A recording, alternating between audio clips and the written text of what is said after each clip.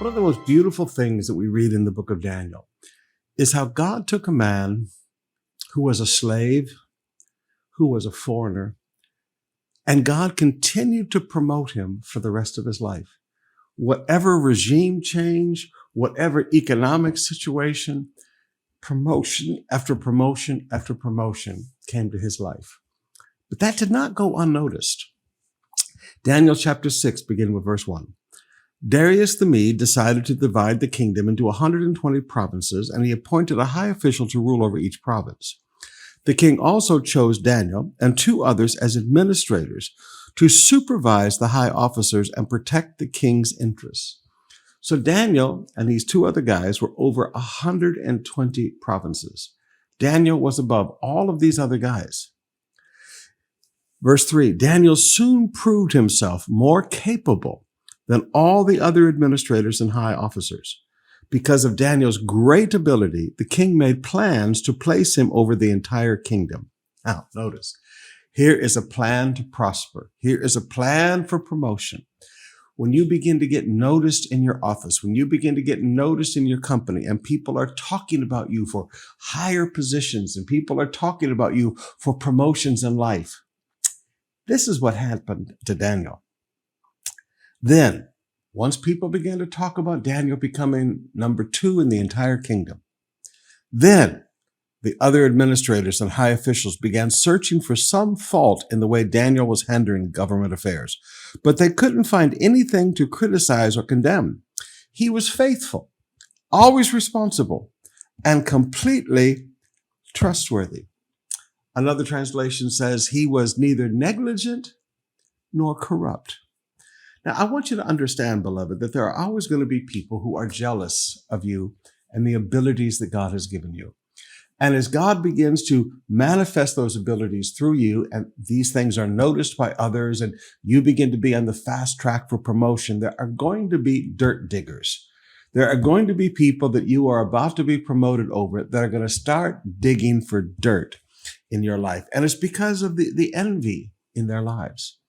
Now, part of this, chapter 6, verse 5, the only chance we have of finding grounds or accusing Daniel will be in connection with the rules of his kingdom. Daniel 6, verse 13, they told the king, that man Daniel, one of those captives from Judah, is ignoring your law. He still prays to his God 3 times a day. The things that people will use against us to stop the promotions in our life are first, prejudice, and secondly, our walk with God. Because we live by certain rules. They said we're going to have to find something about the rules of his religion. There are rules of our faith that we don't break. Now, beloved, let's deal with the hardest one first, prejudice. Now, for those of us who live here in the Philippines, we don't experience this because this is our country. But for all of our beloved balikbayans, Australia, Singapore, Hong Kong, Canada, England, the U.S., Dubai, Abu Dhabi, Qatar. Do you have any idea the prejudice and bigotry that they have to face every day? As they begin to get a promotion, somebody says, they're just a Filipino. Why are they getting the promotion and not us? And all they've got is their prejudice. And you know what? It really, really hurts when the only thing people have to complain about you is the color of your skin, the color of your hair, the slant of your eye. It really hurts. And you know what? It does stop some people from promotion. And you deserve that promotion. But understand there will be people who will use that against you. And the other thing is the rules of his religion. There are things as Christians we just don't do.